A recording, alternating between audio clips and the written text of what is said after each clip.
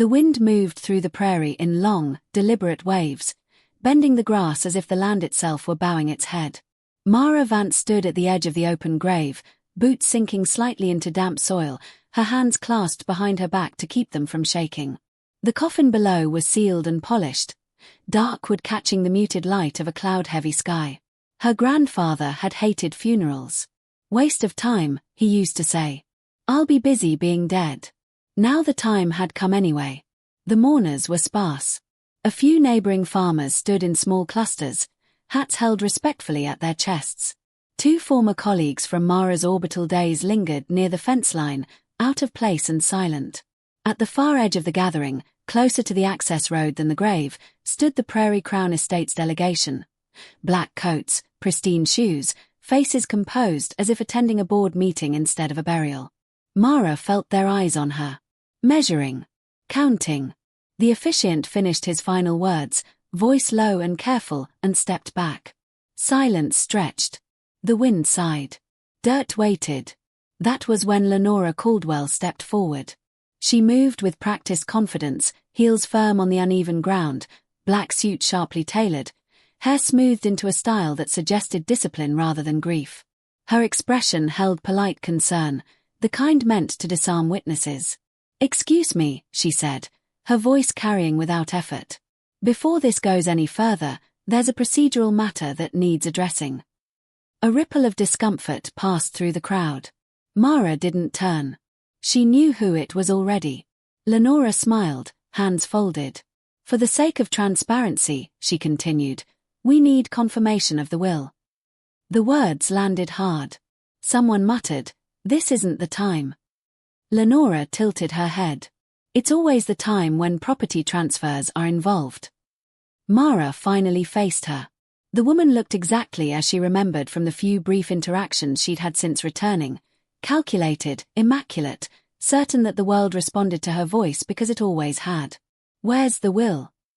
Lenora asked again, louder now. A drone hovered above the gathering, its lens subtly adjusting. Mara noticed it and felt something inside her settle. "You're recording this," Mara said quietly. Lenora's smile sharpened. "Of course. Community documentation." "Good," Mara replied. She gestured toward the coffin. "Then you've documented yourself interrupting a funeral." Lenora spread her hands. "We simply want to ensure everything is above board. Your grandfather's holdings are extensive." "They're buried," Mara said. "Same as he is." That drew a few nods from the locals. Lenora's eyes flicked briefly toward them, then back. "Without a verified will," Lenora said, "Prairie Crown Estates is obligated to prevent unauthorized occupation." Mara stepped closer, lowering her voice so only Lenora could hear. "The will is sealed under a biometric smart contract. It unlocks when conditions are met." Lenora raised an eyebrow. "Convenient." "Efficient," Mara corrected. "And legal." The officiant cleared his throat. "Perhaps this can wait." "It cannot," Lenora said smoothly. "We have a responsibility." Mara exhaled slowly. "Then file your inquiry through the proper channels." Lenora held her gaze for a long second. Then she nodded. "We will." She stepped back into the line of black coats as if nothing had happened. The burial proceeded in strained silence. Soil fell. Flowers were laid. When it was over, people drifted away in quiet groups, offering Mara brief condolences before retreating from the tension clinging to the air. Lenora didn't approach her again. She didn't need to. By the time Mara reached the farmhouse, the sun was sinking low, staining the clouds amber and grey. The land stretched endlessly around her, 900 acres of engineered prairie, windbreak trees standing in precise lines, soil dark and rich beneath carefully balanced growth. Her grandfather's life's work. She dropped her bag by the door and powered up the old terminal in the barn. The screen flickered, hummed, then went dark again. Mara frowned. She tried once more. The terminal blinked, displayed a single status pulse, then shut itself down. "Great," she muttered. Her wrist implant chimed. Prairie Crown Estates, compliance notice. She opened it. Violation 001. Unauthorized assembly. Violation 002. Unapproved ground disturbance. Violation 003. Non-compliant event recording. Time-stamped less than an hour after the funeral. Mara stared at the list, jaw tightening. You've got to be kidding. She scrolled. Fine total. Pending. Response window. 72 hours. A second alert followed before she could close the first. Emergency compliance hearing scheduled. Reason. Jurisdictional clarification. Mara laughed once, sharp and humorless. They didn't even wait, she said to the empty barn. Outside, she noticed something new along the fence line. Small hovering markers, evenly spaced, glowing faintly blue. Boundary drones. They hadn't been there yesterday. Mara walked closer, scanning their IDs. Temporary registration. HOA issued. She took a photo, then another, tagging timestamps and coordinates. Habit. Evidence mattered. Her implant chimed again. Notice of potential lien. Preliminary. She closed her eyes. Her grandfather had warned her. They don't take land with guns anymore, he'd said. They take it with forms. Mara knelt and pressed her palm against the soil. The ground felt warm, alive beneath her skin. Somewhere below, systems hummed quietly, systems he'd trusted her to find. I'm here, she said under her breath. The barn terminal flickered once more. This time, before it went dark, a single line of text appeared. Custodian signal detected. Standby. Mara straightened slowly. Okay, she said. Let's see how far they want to push this. In the distance, Prairie Crown's lights came on, neat and controlled. Behind her, the prairie breathed, patient and vast. The fight had already begun. Morning arrived without softness. The sky hung low and colorless, pressing down on the prairie as if it intended to watch. Mara was already awake, boots on, coffee untouched, standing at the kitchen table with 3 translucent displays floating above the wood. Maps. Charters. Revision logs. Prairie Crown Estates had redrawn a boundary. Not on paper, paper left trails, but inside a community services overlay, a bureaucratic invention that sounded harmless until it swallowed land. According to the HOA's internal portal, a narrow jurisdiction corridor now brushed the edge of her acreage. According to the county archive, it didn't exist. Mara cross-referenced timestamps, metadata, and notarization hashes. The discrepancy wasn't subtle. Someone had swapped files in a private system and hoped no one would check against the public ledger. They assumed I wouldn't look, she murmured. Her implant chimed again. Violation update. Reflective surface non-compliance. Detail. Fence paint exceeds permitted luminosity. Mara stared out the window at the weathered fence. The paint had been there for 15 years. She closed the notice and pulled on her jacket. Outside, 2 enforcement drones hovered just beyond the fence, lenses swiveling as she approached. One emitted a soft chime. Notice acknowledged, a neutral voice said. Please correct within 48 hours. Which rule? Mara asked. Prairie Crown Estates Code, subsection. Filed version or member portal, she interrupted. The drone hesitated. A half-second pause, barely perceptible. Please consult your compliance packet. Mara smiled thinly. Thought so. She turned away as the drones continued their slow patrol, documenting dust, shadows, anything that could be turned into an infraction. The first real damage came just after noon. The irrigation system stuttered, coughed, then died entirely. Pressure dropped to 0. Pumps silent. Sensors unresponsive. Mara sprinted to the control shed and yanked open the panel. The diagnostics scrolled red across the interface. Firmware lock, remote admin override. She swore. The tag embedded in the code signature wasn't subtle either. Prairie Crown Estates. Manufacturer verified. They bricked it, she said aloud, disbelief giving way to anger. In broad daylight. She killed the connection, severed the wireless receiver, and hardwired a manual bypass using spare parts her grandfather had insisted on keeping just in case someone got clever. Within an hour, the pumps were humming again, operating on a closed local loop. Mara wiped sweat from her brow and leaned against the wall. "That's one," she said. "How many more?" As if summoned, a black utility rover rolled up the drive.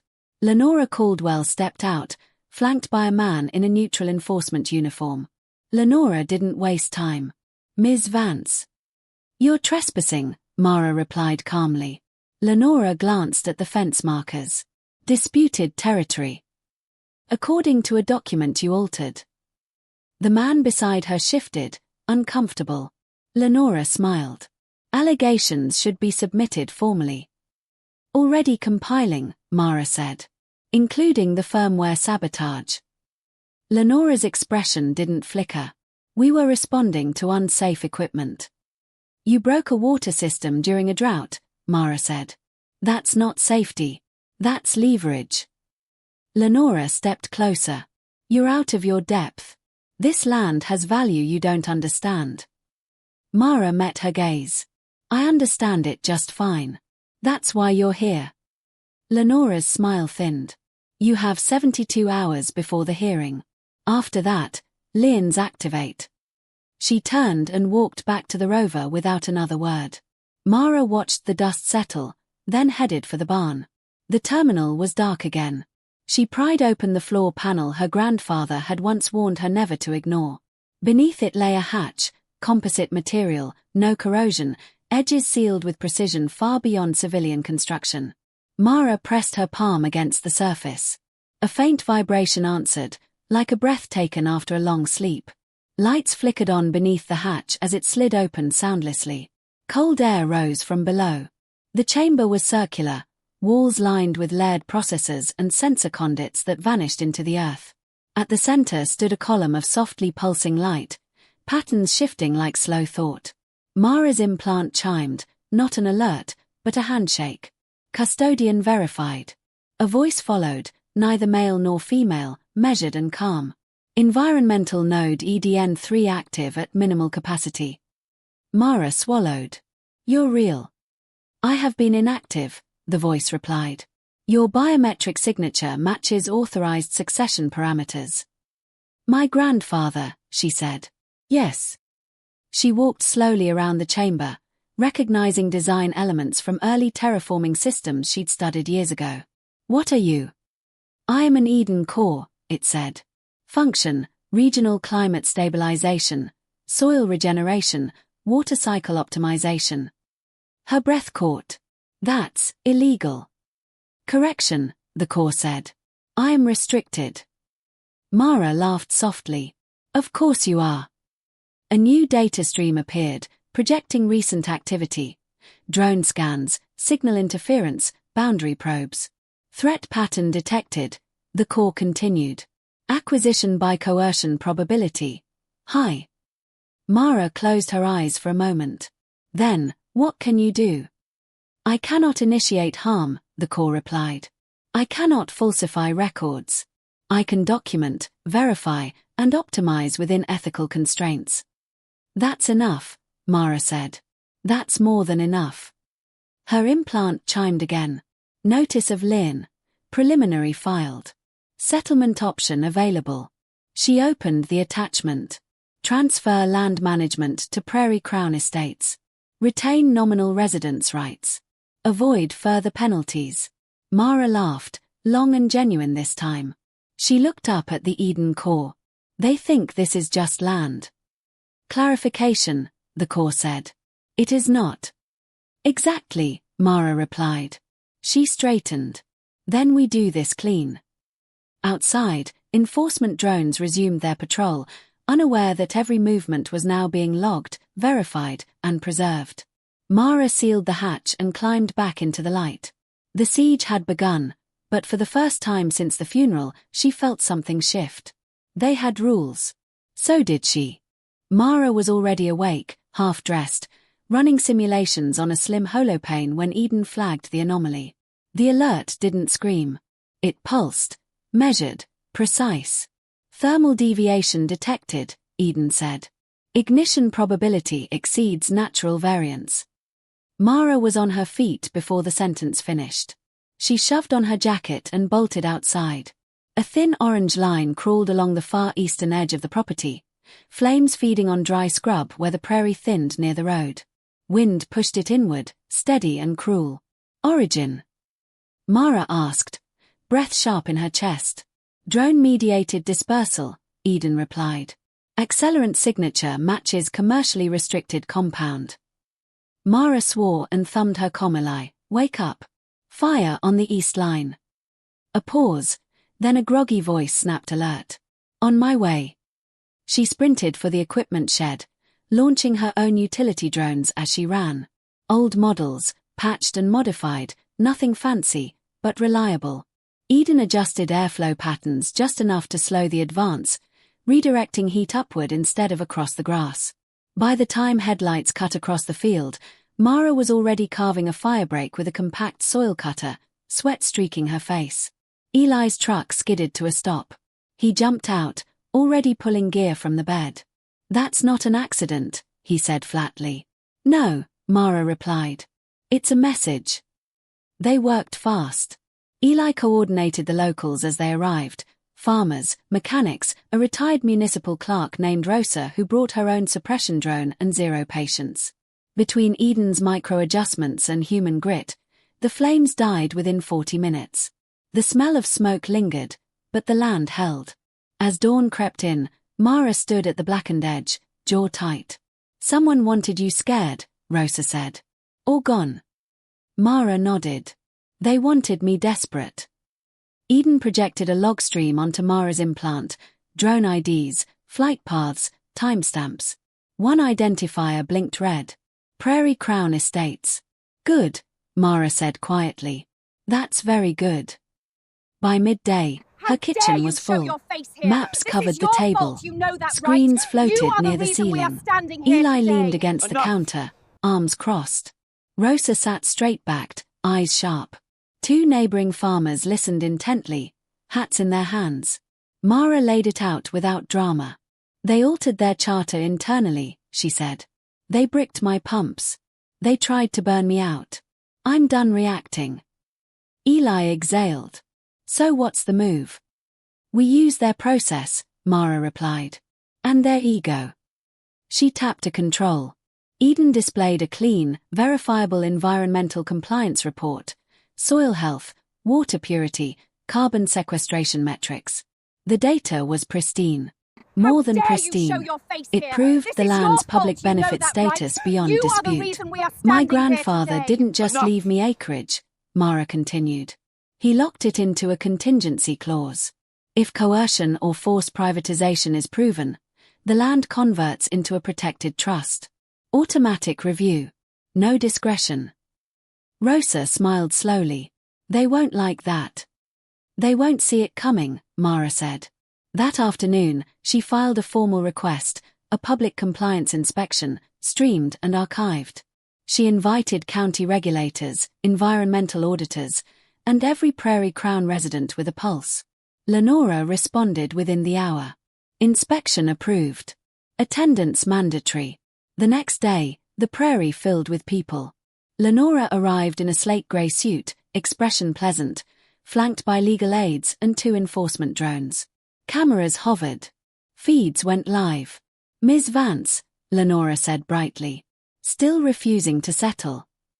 Still refusing to be robbed, Mara replied. Shall we begin? The inspection started smoothly. Eden's data flowed clean and immutable. Regulators nodded. Residents murmured. Then Mara spoke. I'd like to submit evidence of charter manipulation, she said calmly. Side-by-side comparison. Screens shifted. The difference was undeniable. Lenora's smile tightened. Internal drafts. Filed drafts, Mara corrected. With your digital signature. A murmur rippled through the crowd. Mara continued. Next, firmware sabotage. She displayed the code tag, manufacturer verification, and timestamp. A regulator frowned. That override requires executive authorization, he said. Lenora's aide whispered urgently. Lenora raised a hand. Lastly, Mara said, attempted arson. Gasps. Eden replayed the drone drop in stark clarity. The Prairie Crown ID glowed like a brand. Lenora's composure cracked. This is circumstantial. It's logged, notarized, and cross-verified, Mara said. You taught me how that works. Silence pressed down. A county official cleared his throat. Ms. Caldwell, we'll need. Before he could finish, Lenora's implant chimed. She glanced down, then paled. Mara watched her carefully. Eden sent Mara a private update. Will clause activated. Coercion threshold exceeded. Public benefit audit initiated. Lenora looked up sharply. What did you do? I followed instructions, Mara replied. Left by a man who knew exactly who he was dealing with. Lenora stepped back, eyes darting. You can't, this land is under dispute. Not anymore, Mara said gently. The crowd buzzed. Cameras zoomed. A Prairie Crown resident whispered, she lied to us. Lenora's voice rose. This is a hostile misuse of AI. A regulator shook his head. The AI documented your actions. You did the rest. Lenora stood very still, then turned and walked away without another word. That evening, Mara sat alone in the barn, the Eden core humming softly below. They're cornered, Mara said. Yes, Eden replied. Escalation probability remains. Mara nodded. Let them. Everything they do now only tightens the net. She looked out over the land, smoke cleared, grass already resilient, stars beginning to pierce the dark. For the first time, this wasn't just defense. It was momentum. And Lenora Caldwell had just realized she was losing control of the only thing she understood, the system. The hearing chamber was designed to intimidate without appearing hostile. Frosted glass walls. Neutral lighting. A circular table that implied equality while quietly favoring whoever spoke first. Cameras hovered at fixed angles, already live, already permanent. Mara sat straight-backed, hands folded, eyes forward. Across from her, Lenora Caldwell radiated practiced confidence. She wore white today, not defiance, but symbolism. Purity.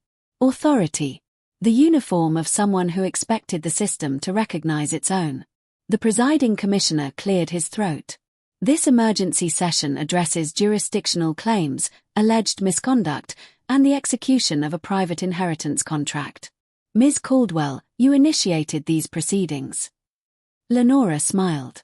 Prairie Crown Estates has a duty to protect its community from unregulated activity. Ms. Vance has occupied disputed land while operating an unauthorized AI system capable of environmental manipulation. Mara didn't flinch. Lenora continued, voice smooth. We believe this presents a safety risk. The commissioner nodded. Ms. Vance. Mara leaned forward slightly. I believe the record will show otherwise. She tapped her implant. The room changed. Data panels unfolded in midair, clean, chronological, undeniable. Charter filings appeared first. Then revision hashes. Then the comparison. A murmur spread. These two documents, Mara said evenly, are presented by Prairie Crown as identical. They are not. One was filed publicly. The other was altered internally. Lenora shifted. Internal drafts. Signed and enforced, Mara replied. With your authorization. A legal aid whispered urgently. Lenora raised a hand, jaw tightening. Mara didn't pause. Next, she said, firmware sabotage of my irrigation system. The code signature appeared, glowing unmistakably. Manufacturer authentication followed. The commissioner frowned. That override is restricted. Yes, Mara said. To Prairie Crown's executive tier. Lenora's composure slipped. We acted in good faith. Then explain the accelerant drop, Mara said. The fire footage filled the chamber. A drone descended. Liquid dispersed. Ignition followed. Silence landed like a held breath. The commissioner turned slowly. Ms. Caldwell. Lenora stood. This is a coordinated misrepresentation. That AI is restricted, Mara said. It documented your actions. It did not create them. The commissioner raised a hand. Enough. He consulted his display. Ms. Vance, your inheritance contract includes a conditional clause. Mara nodded. Yes. Lenora's eyes flicked sharply toward her. The commissioner continued. Upon verified coercion, jurisdictional abuse, or forced asset seizure attempts, the land transitions into a protected public benefit trust. Custodianship remains with the inheritor. Oversight becomes mandatory. Lenora's voice cut in, sharp now. That clause is invalid under HOA governance. It is not, the commissioner replied. HOAs do not supersede county trusts.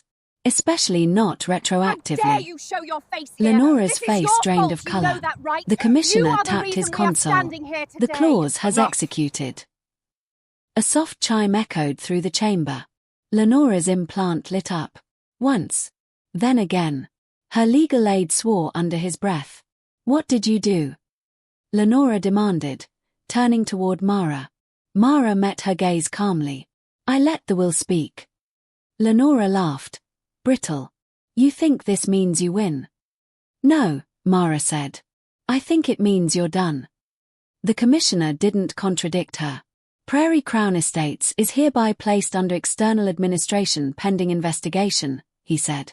Ms. Caldwell, you are relieved of your position effective immediately. How dare you show your face Lenora here? stepped This is back your as if fault, struck. You know that, right? Additionally, You are the he reason we are continued, standing here evidence of today. charter falsification, infrastructure sabotage, and attempted arson has been referred for criminal review.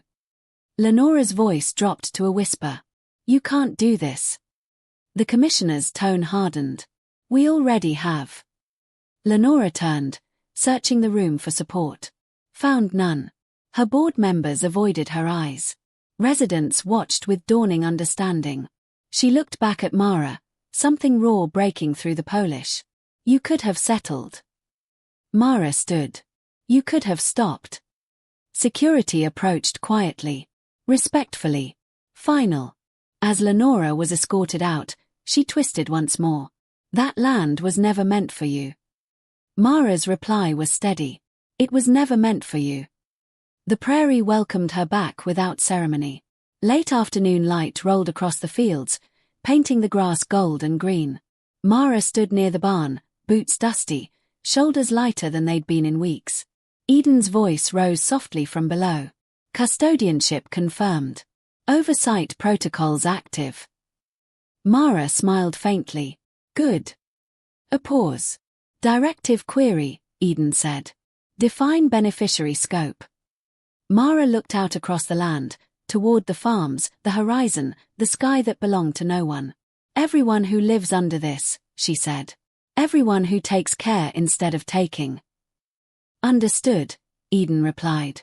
The wind moved again, gentle this time. New growth would come. Systems would stabilize. The land would endure.